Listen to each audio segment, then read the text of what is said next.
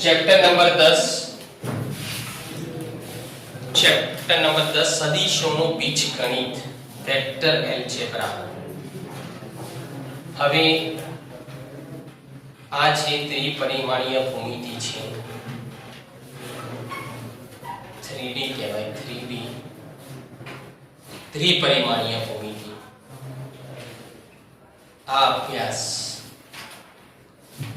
માં બિંદુનો અવકાશમાં બિંદુનો રેખાનો આ એક બિંદુ અવકાશમાં છે, આ રેખા અવકાશમાં છે.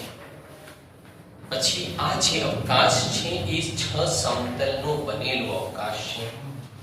4 દિવાલો છે, છત અને તળિયું છે.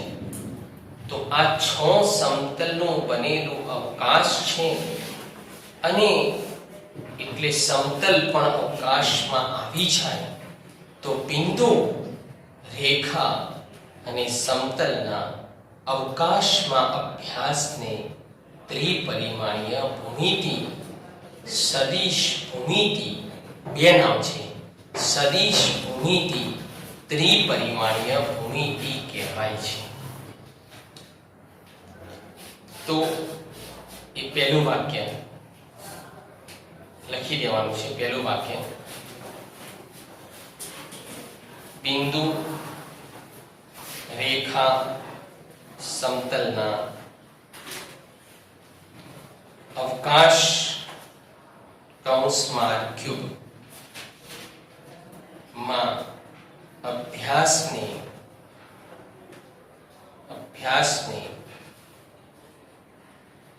ત્રિપરિમાણીય ભૂમિતિ અથવા સદિશ ભૂમિતિ કહેવાય છે.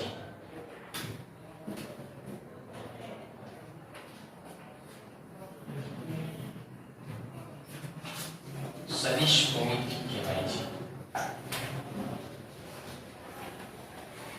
લખો સદિશ ભૂમિતિ કૌંસમાં ત્રિપરિમાણીય ભૂમિતિ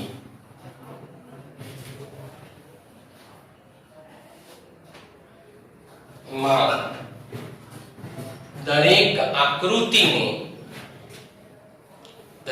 આકૃતિને 3 અક્ષો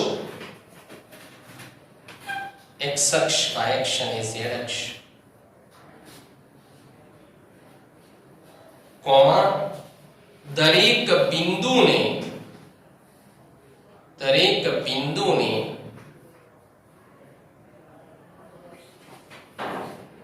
સંખ્યાઓ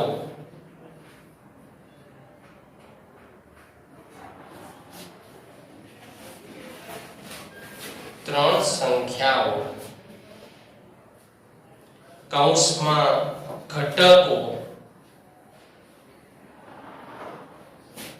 પછી કોમા દરેક સમીકરણને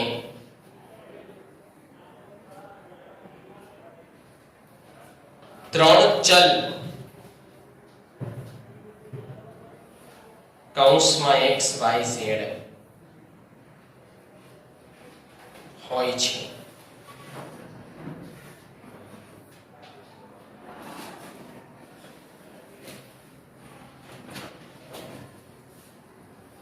હવે આગળ છો બકા તમે હવે આ જે અવકાશના કોઈ પણ બે બિંદુ છે એને આપણે જોડી દઈએ. અવકાશના કોઈ પણ બે બિંદુને તમે જોડી દો ને એટલે તમને રેખા મળે અથવા સદિશ મળે. એક તરફ તમે દિશા લો તો સદિશ મળે છે. એટલે હવે અવકાશના બે બિંદુને જોઈન કરવાથી સદિશ મળે. તમારા ફિઝિક્સમાં પણ આવે છે આ. અને હવે મારી વાતને સમજી લેશો તો ફિઝિક્સનું પણ ક્લિયર થઈ જશે. હવે હું વાત કરું છું સદિશની. પહેલી મેં વાત કરી આ ત્રિપરિમાણીય ભૂમિતિ માં સદિશ આવશે.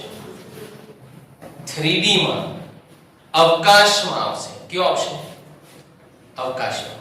બિંદુ આવે અવકાશમાં, બિંદુઓ ઘણા બધા એમાંથી કોઈ પણ બે બિંદુને તમે હવે જોઈન્ટ કરો એટલે તમને સદિશ મળે.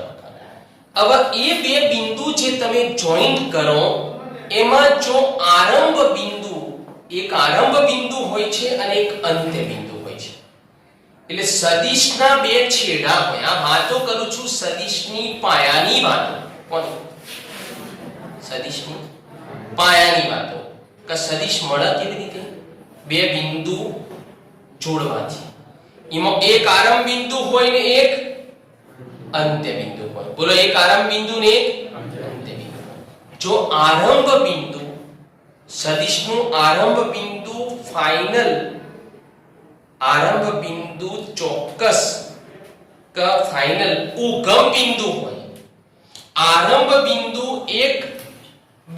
એક છેડો ઉગમ બિંદુ હોય, આરંભ બિંદુ ઉગમ બિંદુ હોય કે જેના ઘટકો 0 0 0 ફાઇનલ હોય છે. 0 0 0 જ હોય ઉગમ બિંદુના ઘટકો, કારણ કે એ ત્રણેય અક્ષોનું છેદ બિંદુ જ હોય છે. એટલે જો આરંભ બિંદુ ઉગમ બિંદુ હોય તો એવા સદિશ જે મળે આપણને. અને બીજું બિંદુ માની લો કે અહીં છે, બીજું બિંદુ માની લો કે અહીંયા છે, તો અહીં બિંદુ છે અને એક O છે, તો આ જે આપણને સદિશ મળે એને સ્થાન સદિશ કહેવામાં આવે છે. બોલો, એને શું કહેવાય છે? એને સ્થાન સદિશ કહેવામાં આવે છે. અને જો સદિશનું આરંભ બિંદુ એ અહીંયા, ઉગમ બિંદુ સિવાયનું કોઈ પણ અહીં હોય અને અંત્ય બિંદુ અહીં હોય, તો એવા સદિશને સ્થાનાંતર સદિશ કહેવામાં આવે છે. તમે ફિઝિક્સમાં સ્થાનાંતર સદિશ ભણ્યા આવા ટાઈપના AB vector, BC vector, CA vector આવતું હતું ને. અચ્છા, સ્થાન સદિશમાં એક છેડો આપણો ડેડ છે, મરેલો છે, ડેડ છે, કારણ કે ઉગમ બિંદુ 0 0 0 છે. હવે 0 0 0 ને બાદ કરો, 0 0 0 ને ઉમેરો, કોઈ ફરક ખરો? કોઈ ફરક ખરો? તમારું મગજ અહીં છે ભાઈ? નહીં ને. તો આ ભાઈ કોઈ જાતનું કોઈ યોગદાન આપવાના, કોઈ ભાગ લેવાના, શું કરવાના? પડી રહેવાના ખાલી. શું કરવાના? એટલે આપણે એમને કોઈ મહત્વ આપવાનું નહીં. એટલા માટે સ્થાન સદિશમાં એક અક્ષર લખવાનો સ્મોલ અને ઉપર બાર લખવાનો, ઉપર બાર વડે દર્શાવાય છે. કારણ કે એમાં એક બિંદુનું, એક ભાગનું, એક છેડાનું મહત્વ નથી. જ્યારે સ્થાનાંતર સદિશમાં બંનેનું મહત્વ હોય છે. એટલે એમાં તમારે બંને બિંદુ લખવાના અને ઉપર તીર લખવાનું, ઉપર તમારે તીર એરો દોરવાનો હોય છે. કારણ કે દિશા A થી B સદિશની દિશા હોઈ શકે અને BA પણ હોઈ શકે. ખબર પડી?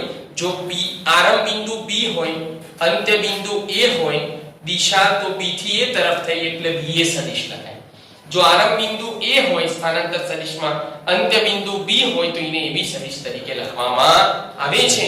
તો સદિશના બે પ્રકારો છે. લખો, સદિશના બે પ્રકારો છે. નંબર 1,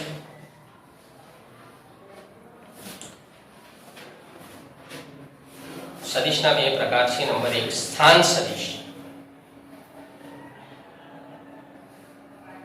એના કૌંસમાં લખો, આરંભ બિંદુ ઉગમ બિંદુ જ હોય છે.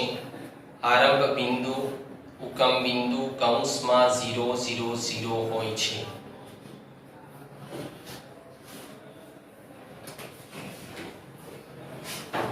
હોય છે.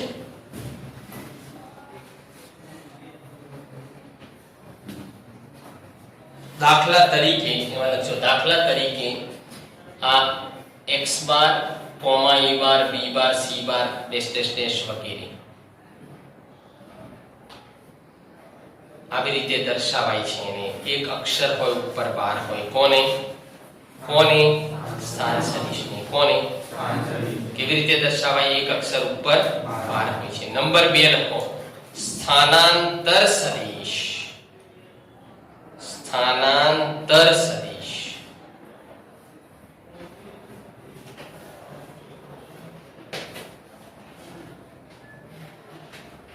સ્થાનાંતર સદિશ. અચ્છા, એમાં લખો આરંભ બિંદુ ઉગમ બિંદુ સિવાયનું હોય છે. આરંભ બિંદુ ઉગમ બિંદુ સિવાયનું હોય છે.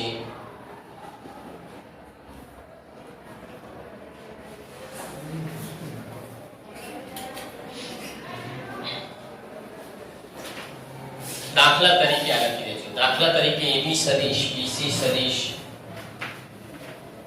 CA સદિશ, ડેશ ડેશ ડેશ.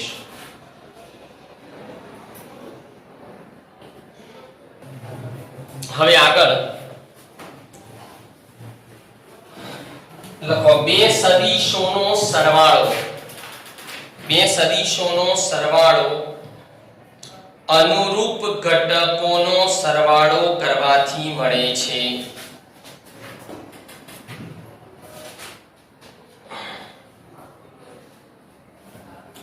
અનુરૂપ ઘટકોનો સરવાળો કરવાથી મળે છે. દાખલા તરીકે આ લખી દેજો. દાખલા તરીકે x બાર વત્તા y બાર બરાબર x1 x2 x3 વત્તા y1 y2 y3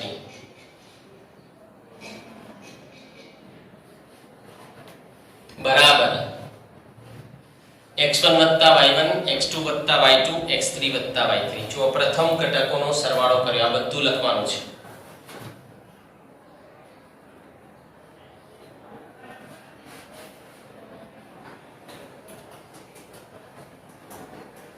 પ્રથમ ઘટકોનો સરવાળો કર્યો, પછી કોમા બીજા ઘટકોનો સરવાળો કર્યો, પછી કોમા ત્રીજા ઘટકોનો સરવાળો કર્યો. એટલે અનુરૂપ ઘટકોનો સરવાળો કરવાથી બે સદિશોનો સરવાળો મળે છે. સરવાળો કેવી રીતે શોધવાનો?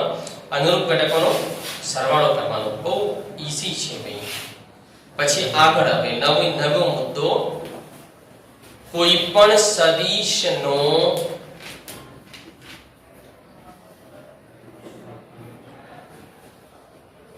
અદિશ સાથેનો ગુણાકાર. કોઈ પણ સદિશનો અદિશ સાથેનો ગુણાકાર એ સદિશના દરેક ઘટકને અદિશ વડે ગુણવાથી મળે છે.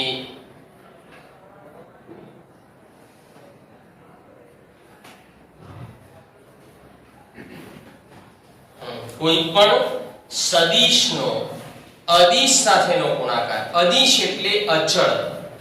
અદિશના ઉપર અચળ સંખ્યા. સંખ્યા બોલો, અચળ બોલો, અદિશ બોલો, બધું સમાન છે. એટલે કોઈ પણ સદિશનો આ ઉપર 12 છે x ની ઉપર, એટલે આ સદિશ છે ના અદિશ છે. કોઈ પણ સદિશનો અદિશ સાથેનો ગુણાકાર એ સદિશના દરેક ઘટકને આ અદિશ વડે ગુણવાથી મળે છે. જો આલ્ફાને મેં આલ્ફાને x1 x2 x3 સાથે ગુણી દીધા. જો alpha x1 alpha x2 alpha x3, આલ્ફાને મેં અંદર ગુણી દીધા x1 x2 x3 સાથે. x1 x2 x3 સાથે ગુણી દીધા. સમજે? Alpha x1 alpha x2 alpha x3. કોઈ પણ સદિશનો અદિશ સાથેનો ગુણાકાર એ સદિશના દરેક ઘટકને અદિશ વડે ગુણવાથી મળે છે. ચલો આગળ લખો હવે કે જો નવો મુદ્દો, જો બે સદિશો સમાન હોય તો અનુરૂપ ઘટકો સમાન હોય છે.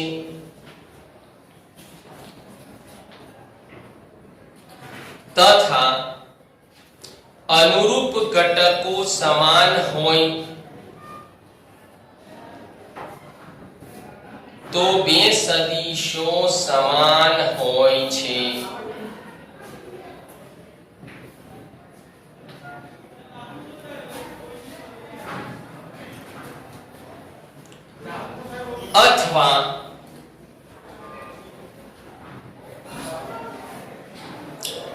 અથવા જો બે સદિશોની દિશા સમાન હોય. બે વ્યાખ્યાઓ છે સમાનતાની, એટલે આ બીજી લખાવું છું અથવા પછીની કે જો બે સદિશોની દિશા સમાન હોય તથા માન સમાન હોય તો તેવા સદિશોને સમાન સદિશો કહે છે.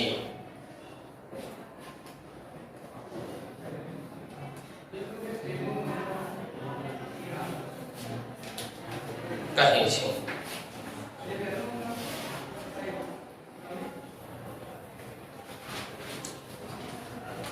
હા, હવે આ લખવાનું છે। દાખલા તરીકે x બાર બરાબર y બાર double implies x1 x2 x3 બરાબર y1 y2 y3 પર ડબલ ઇમ્પ્લાઇઝ x1 બરાબર y1 x2 બરાબર y2 x3 બરાબર y3।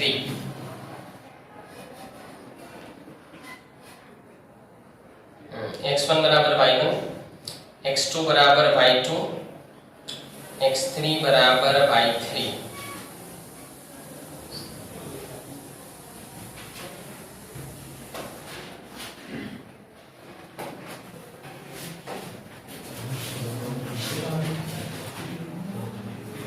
ઓકે, ચલો હવે આગળ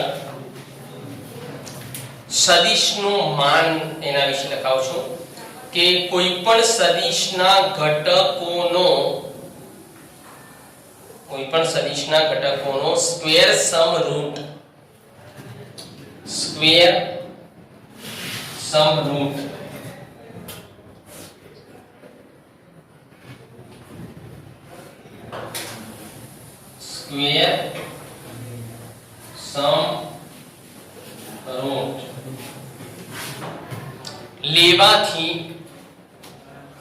લેવાથી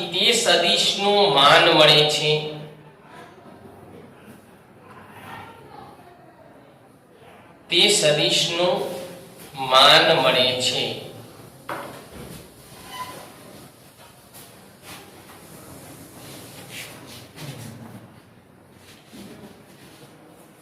દાખલા તરીકે જો x બાર બરાબર x1 x2 x3 હોય, જો x બાર બરાબર x1 x2 x3 હોય તો મોડ x બાર બરાબર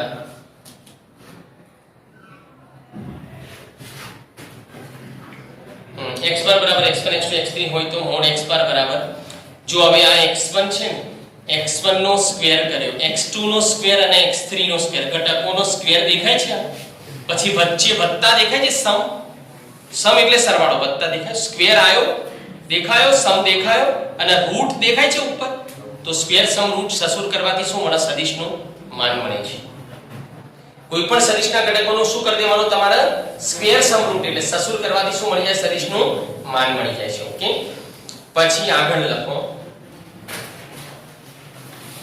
કોઈ પણ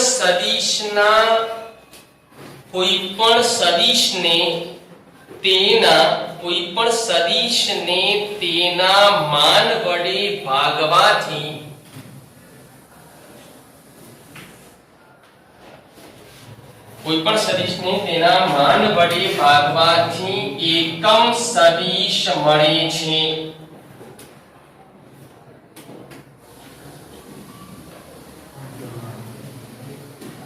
x બાર ના એકમ સદિશને લખ્યું, કોઈ પણ સદિશને તેના માન વડે ભાગવાથી એકમ સદિશ મળે છે। x બાર ના આગળ હવે x બાર ના એકમ સદિશને x કેરેટ આ રીતે લખો, x ઉપર કેપ અથવા કેરેટ બંને બોલાય, x કેરેટ વડે દર્શાવાય છે તથા તેનું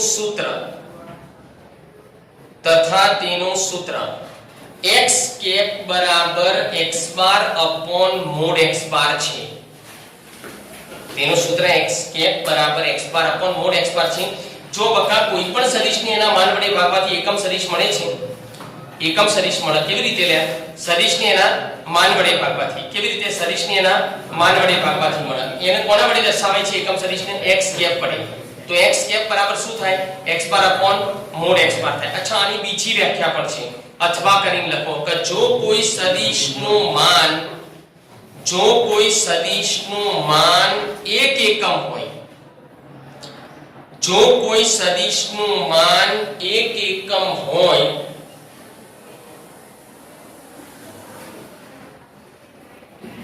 સદિશનું માન 1 એકમ હોય તો તેવા સદિશને એકમ સદિશ કહે છે।